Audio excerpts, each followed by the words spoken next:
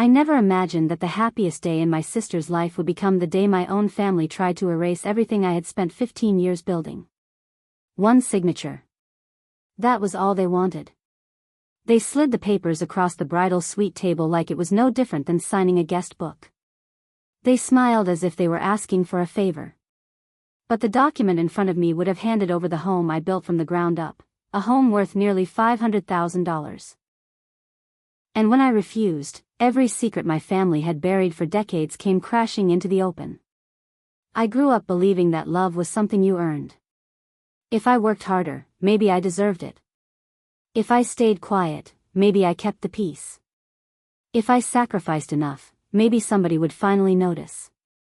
My parents had one golden child, and it was never me. Everything revolved around my younger sister. Birthdays became productions. Graduations turned into neighborhood celebrations. Every mistake she made somehow became someone else's fault. Whenever I accomplished something, there was always a reason it wasn't quite enough. I learned not to expect applause. I learned to clap for myself.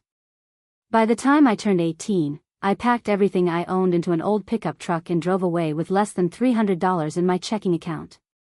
Nobody cried. Nobody begged me to stay. My mother hugged me like I was leaving for the grocery store. My father shook my hand. That was it. Those first years were brutal. I worked construction during the day and cleaned office buildings at night. Some weeks I survived on peanut butter sandwiches because rent came first. But every paycheck had a purpose. I wasn't chasing luxury. I wanted something nobody could ever take from me. A place that was mine. After years of overtime, promotions, and learning every trade I possibly could, I found an abandoned piece of land outside a growing town. Most people laughed. The property looked hopeless. The old house sitting there had collapsed years before. Trees had swallowed half the driveway. The foundation was cracked.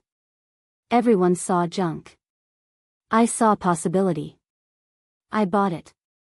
Every weekend became another step toward a dream. I poured concrete myself. I framed walls. Installed flooring. Ran electrical lines with licensed inspections. Painted every room. Built cabinets.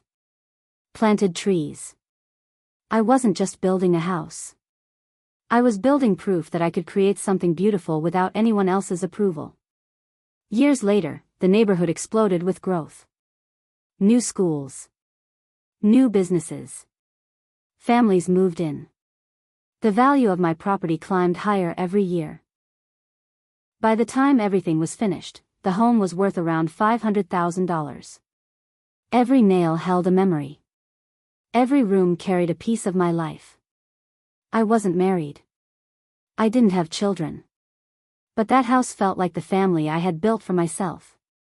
Oddly enough, once my parents realized I had become financially stable, they suddenly remembered my phone number. Calls became more frequent. Holiday invitations started arriving. My mother always sounded unusually cheerful. "We miss you. We should spend more time together. Family is everything." It felt strange. But somewhere inside me, I still wanted the family I never really had. So I tried. I attended birthdays. Christmas dinners. Mother's Day brunches. Things stayed polite. Surface level. Then my sister got engaged. Everyone acted like it was the royal wedding. The planning lasted nearly a year. Venues. Flowers. Designer dresses. Destination honeymoon. Every conversation centered around her. I genuinely wanted her to be happy. Despite everything, she was still my sister. When the wedding weekend finally arrived, the venue looked stunning. White roses lined the pathways. String lights covered the garden. Soft music floated through the evening air. Guests laughed while servers carried trays of champagne. For a moment, everything felt peaceful. Then my mother asked me to come upstairs. "We need to discuss something privately." Inside the bridal suite, my father stood near the window. My sister was still wearing her robe while makeup artists hurried around her. The moment the door closed, everyone else quietly stepped outside. That should have been my warning. My father pulled a folder from the table. "I've got something important." He smiled. The same smile bankers wear before explaining hidden fees. He opened the folder and slid several pages toward me. "Just sign these." I looked down. Property transfer documents. My address. My house. My name. I stared at him. "What is this?" My mother answered before he could. "Your sister and her husband deserve a fresh start." I actually laughed. Not because it was funny. Because my brain refused to believe what I was hearing. "You want my house?" "It would stay in the family," my father said calmly. "It already is." My sister crossed her arms. "You don't even have kids." I blinked.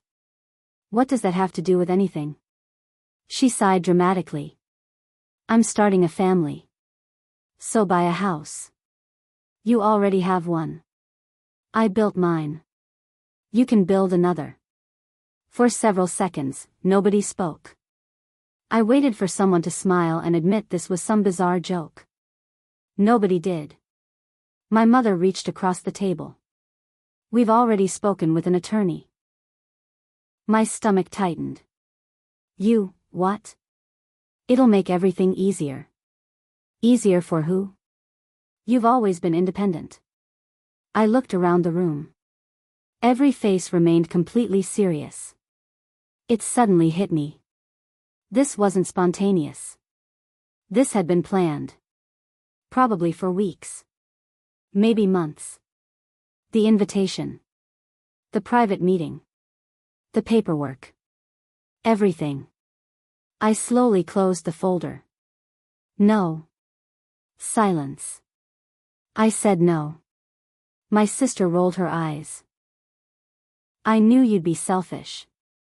Selfish. The word landed harder than I expected. I spent my 20s helping my parents pay medical bills they couldn't afford. I fixed their roof. Replaced their furnace. Paid for my father's truck repairs twice. Never asked for repayment. Now I was selfish. "I've done enough." My father's voice hardened. "Family helps family." "I already have." "This is different." "Exactly." His face changed. "If you don't sign, don't expect to be part of this family anymore."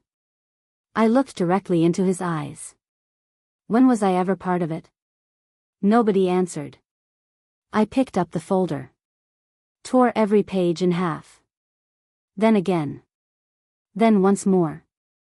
The shredded papers floated onto the carpet like confetti. My sister screamed. "You ruined my wedding." "No." I quietly opened the door. This conversation did. I walked downstairs while people turned to stare. Within minutes my phone exploded. Calls. Texts. Voicemails. Aunts. Uncles. Cousins. Apparently my parents had already started telling everyone I tried to sabotage the wedding because I was jealous. Jealous. Of what? Being asked to donate $500,000? I drove home shaking. Not from anger. From disbelief. 3 days later another surprise arrived. A certified letter. A lawyer claimed my parents believed they deserved partial ownership because they had emotionally supported my success and occasionally helped me during my early years. That was a complete lie. I hired an attorney immediately. After reviewing everything, my lawyer smiled. They don't have a case. I thought that was the end. It wasn't.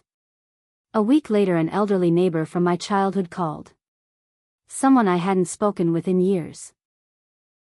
"I think you deserve to know something." We met for coffee. The conversation lasted 2 hours. By the end, I realized my entire childhood had been built on a lie. Apparently my grandfather had left money specifically for me. Not millions, but enough to help me attend college or buy my first home. The money had disappeared after he passed away. Everyone assumed I had received it. I never did. According to the neighbor, my grandfather had argued constantly with my parents because he believed they favored my sister. He even updated his will shortly before he died to protect my inheritance. The neighbor remembered because her husband witnessed the signing. My hand started shaking. I contacted the attorney who had handled my grandfather's estate years earlier. Most records had been archived. After several weeks, something unbelievable surfaced. The inheritance had indeed been transferred into a joint account controlled by my parents while I was still underage. The money vanished within months. Guess what it paid for? Private school tuition. Dance competitions. A brand new SUV. Everything connected to my sister. Every penny. Legally, the situation had become complicated because so much time had passed. But morally? There wasn't much to debate. I confronted my parents one final time. Not in court. Not at their house.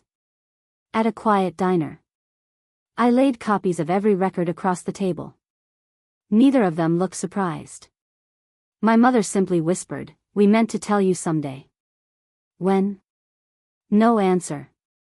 "We always thought you'd recover financially." I was 18. "You were strong."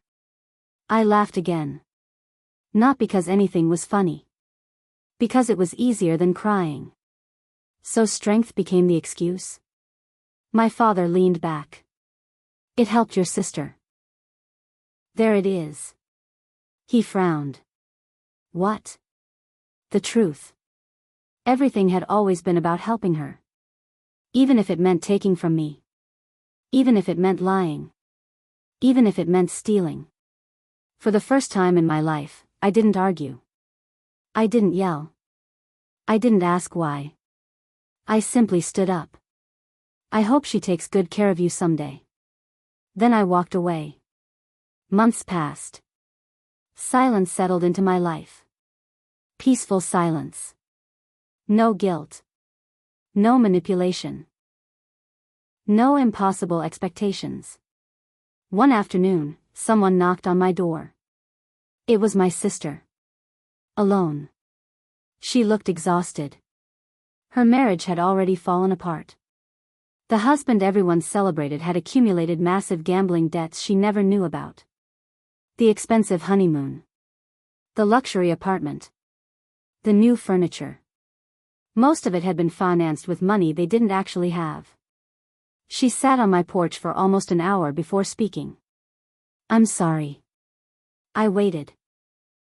"I spent my whole life believing I deserved everything." She looked down. "I never asked where it came from." I believed she meant it. But apologies don't rebuild trust overnight. "I forgive you." She started crying. But forgiveness isn't the same as pretending nothing happened. She nodded. "I know." She left without asking for anything. That mattered. Months later she found a small apartment. Got a steady job. Started rebuilding her own life. For once.